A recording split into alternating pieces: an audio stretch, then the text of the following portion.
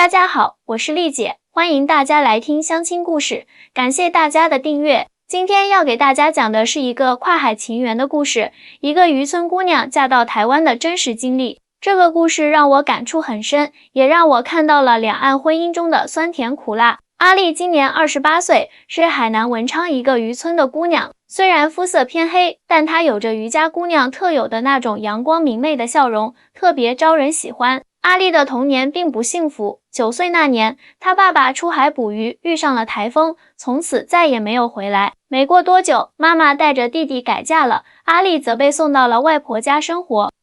我这一生最对不起的就是阿丽了。每次外婆说起这事儿，眼泪都止不住。渔村里的生活条件艰苦，阿丽初中没毕业就辍学了，先是在海鲜加工厂当工人，后来又做了导游助理。阿丽跟我说，丽姐，我从小就没觉得自己有多可怜，反而觉得自己挺幸运的，至少我有外婆疼我，村里人也都挺照顾我。确实，命运虽然给了她一个不完整的家，但也赐予了她乐观坚强的性格。2019年春天，阿丽在海口带团时认识了来自台湾的阿伟。阿伟是台湾屏东东港的一个渔民，今年35岁，家里有自己的渔船，在台湾属于小有资产的渔民。阿伟跟着旅行团来海南，是为了考察当地的渔业，顺便放松一下。两个人一见钟情，阿伟被阿丽的开朗和纯真打动，阿丽则被阿伟的稳重和体贴吸引。阿伟比阿丽大7岁，经历过不少风浪，显得特别可靠。丽姐，我第一次见到阿伟，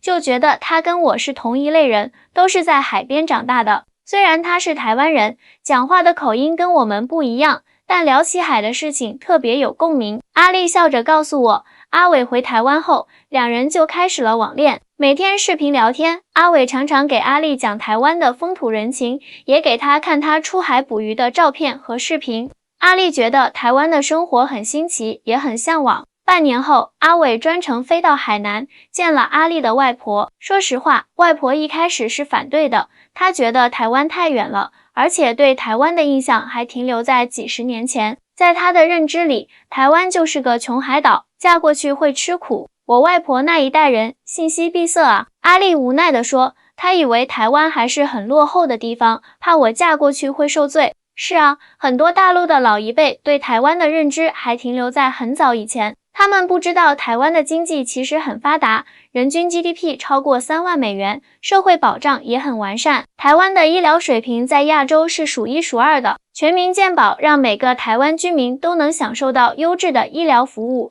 阿伟知道外婆的担忧，特意带了很多台湾的照片和视频给外婆看，还带了台湾的凤梨酥、茶叶等特产。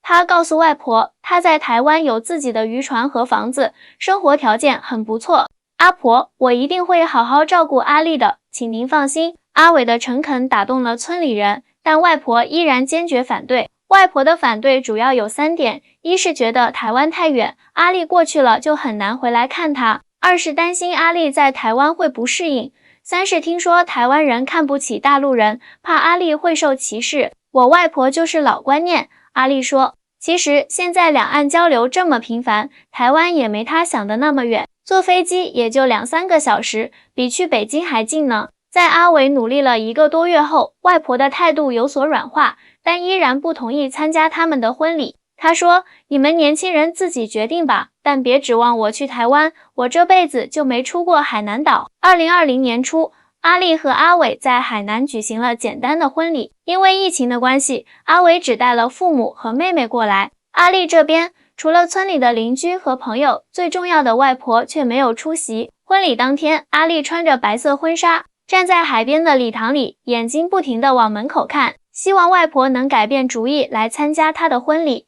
但直到仪式结束，外婆都没有出现。那一刻，我真的很难过。阿丽红着眼睛对我说，外婆是我最亲的人了，她不来，感觉我的婚礼少了最重要的祝福。婚礼结束后，阿丽和阿伟回到外婆家收拾行李。外婆坐在院子里剥蒜，看到他们回来，只是淡淡的说，吃了饭再走吧。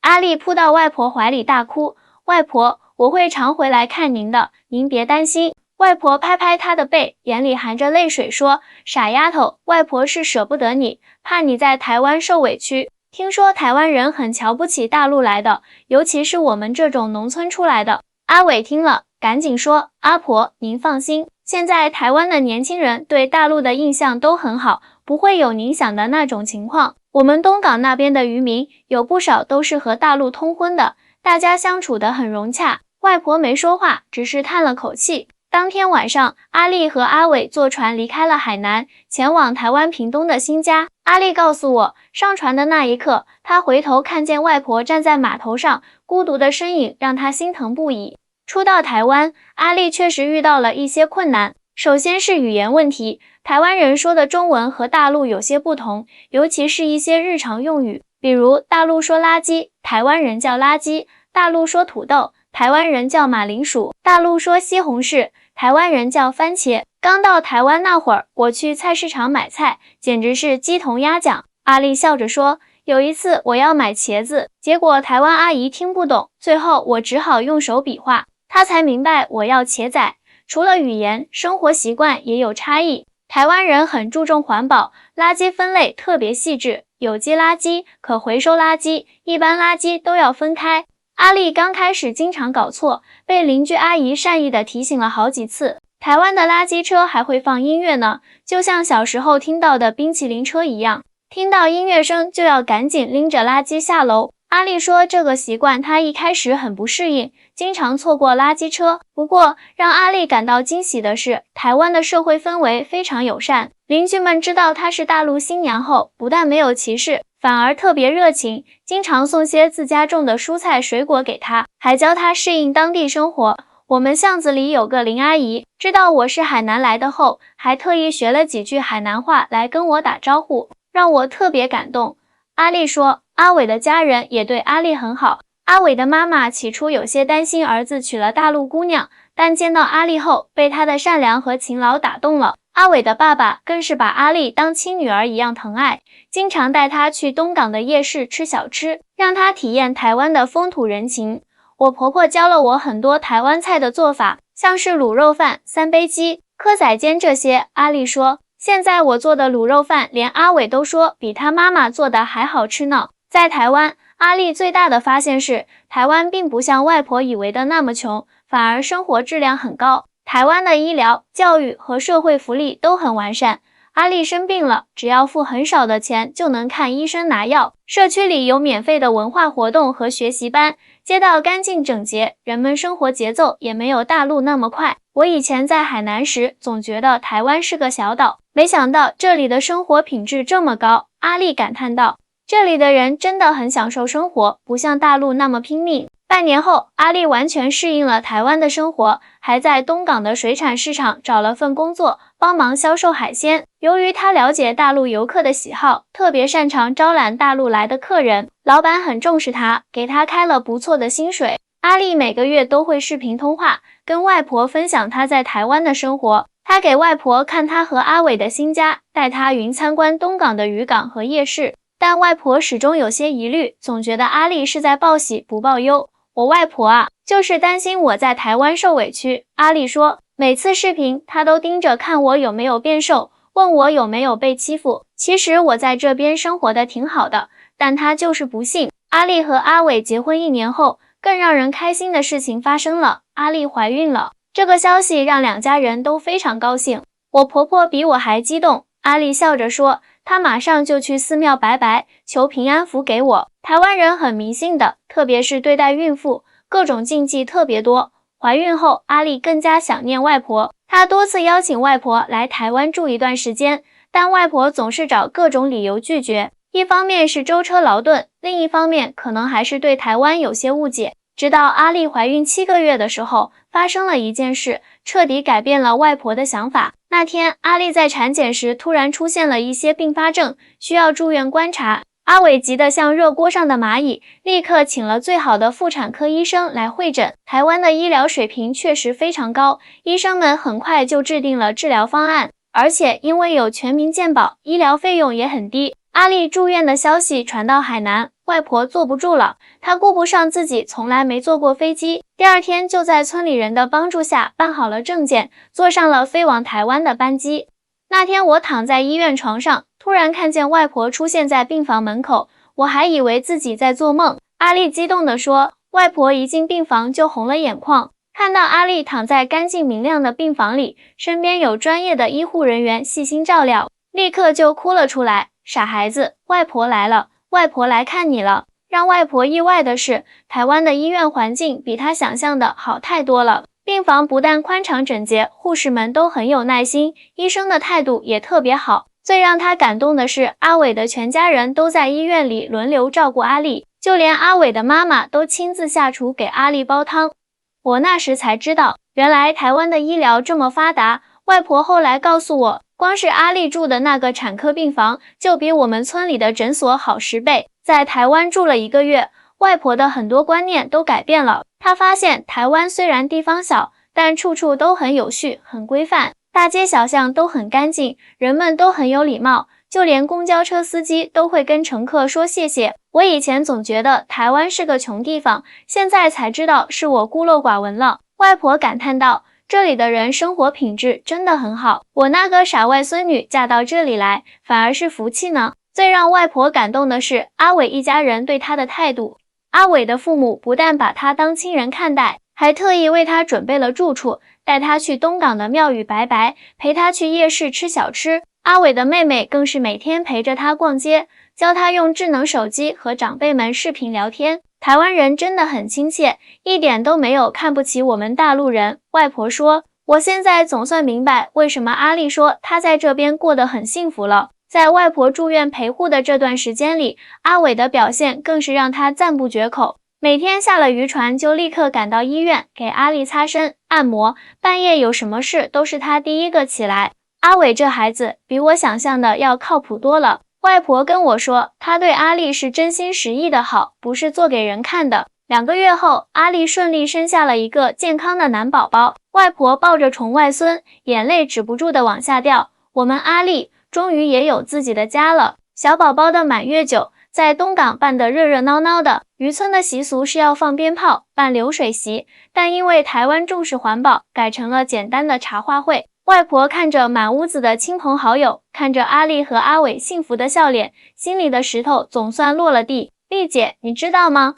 现在我外婆在村里逢人就夸台湾好。阿丽笑着说，她还跟邻居们说，让他们有合适的对象也介绍给台湾的男孩子呢。这不，前2天阿丽还给我发来了好消息，说外婆已经申请了台湾长期探亲签证，准备去台湾住上一段时间。这回外婆不但不反对，反而还挺期待的，说要好好学习一下台湾人的生活方式。听到这里，我不禁感慨，其实两岸的距离很多时候都是因为不了解造成的。就像阿丽和阿伟的故事告诉我们的，真诚的爱情和相处能够跨越所有的隔阂。现在的阿丽在台湾过得很幸福，她不但有了一个温暖的家，还在东港开了一家简单的海鲜店，专门经营海南特色的海鲜做法。店里的招牌菜海南椰子鸡和文昌鸡深受当地人欢迎。我觉得我这辈子最幸运的事就是遇到了阿伟，来到了台湾。阿丽说，在这里我不但找到了爱情，还实现了自己的价值。这就是阿丽的故事，她用自己的经历告诉我们，爱情没有地域的界限，幸福也不分海峡两岸。只要有真心、有诚意，就一定能够跨越一切阻碍，收获属于自己的幸福。各位宝们，如果你们也遇到了像阿丽这样的跨海婚姻，千万不要因为一些偏见就轻易放弃。真诚的感情和务实的态度，才是婚姻幸福的关键。说到这里，我突然想起阿丽前2天还特意打电话告诉我一个好消息，大家猜猜是什么？原来她的店生意越来越好，现在已经开了第2家分店。这次开在垦丁，主打海峡两岸海鲜特色，把台湾和海南的美食都融合在了一起。丽姐，你是不知道，现在我店里的琼台双味海鲜锅可火了。阿丽在电话里开心地说，我把海南的椰子鸡汤底和台湾的麻辣锅底结合在一起，没想到深受欢迎，连一些美食节目都来采访过呢。阿丽现在的生活真的很充实，每天早上陪婆婆去菜市场买菜，中午在店里忙活，晚上回家照顾孩子。虽然忙碌，但她说这种生活让她觉得特别踏实。更让阿丽感动的是，她在台湾遇到了很多像她一样的大陆新娘，这些姐妹们经常聚在一起分享心得，互相帮助。她们还组建了一个互助群，专门帮助新来台湾的大陆媳妇适应生活。现在我就像是她们的大姐姐。阿丽笑着说，每次有新来的大陆姑娘，我都会主动去认识她们，告诉她们一些生活经验。毕竟我也是这么过来的嘛。说起现在的生活，阿丽特别感谢阿伟的支持。每次她想尝试新的事情，阿伟都会全力支持她。比如开第2家店的时候，是阿伟主动提出要帮他打理账目，还特意去学了会计知识。我老公虽然是个粗人，但特别顾家。阿丽说，他现在还学会用手机直播卖海鲜呢，经常在船上开直播，给全台湾的顾客介绍最新鲜的鱼货。外婆现在也彻底改变了对台湾的看法，她不但经常住在台湾，还学会了使用智能手机，在社交媒体上分享她在台湾的见闻。她说，台湾的生活节奏慢，很适合养老，而且医疗条件好，老年人的生活质量很高。我外婆现在可成了网红奶奶啦。阿丽骄傲地说，她在抖音上发布的台湾生活日常居然有好几万粉丝呢，连带着我的店也火了。最近，阿丽还参加了台湾一个关于两岸婚姻的纪录片拍摄。她想通过自己的故事，告诉更多人，两岸的差异并没有想象中那么大，关键是要互相理解、包容。其实，我觉得两岸之间最大的问题就是不了解。阿丽说得很认真，就像我外婆一样，很多人对对方的印象还停留在很多年前，只要真正接触了，就会发现其实我们都是一家人。现在的阿丽已经完全融入了台湾的生活，她不但学会了闽南话，还能跟当地人一样，每天早上去庙里拜拜。她说这种传统文化的熏陶让她觉得特别温暖。台湾最吸引我的就是这里浓厚的人情味。阿丽说，大家互相帮助，守望相助的感觉，让我想起了小时候在渔村的日子。